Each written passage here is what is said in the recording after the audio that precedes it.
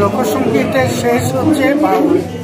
বাউল গান এমন একটা কথা যে সবের মধ্যে সব জায়গায় পৌঁছে যায়, সেই জন্য একটা কিছু বলা যায়, তার মধ্যে দিয়ে মানুষ বলা যায়, মানুষ আসল কথা মানুষ নিয়ে প্রচার হয়।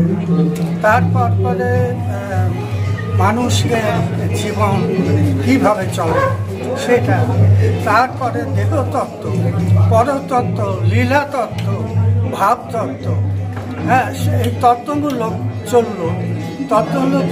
তত্ত্বমূলকের পরে আসছে যেটা, সেটা আসছে आनंद, सबाई के लिए तो आनंद।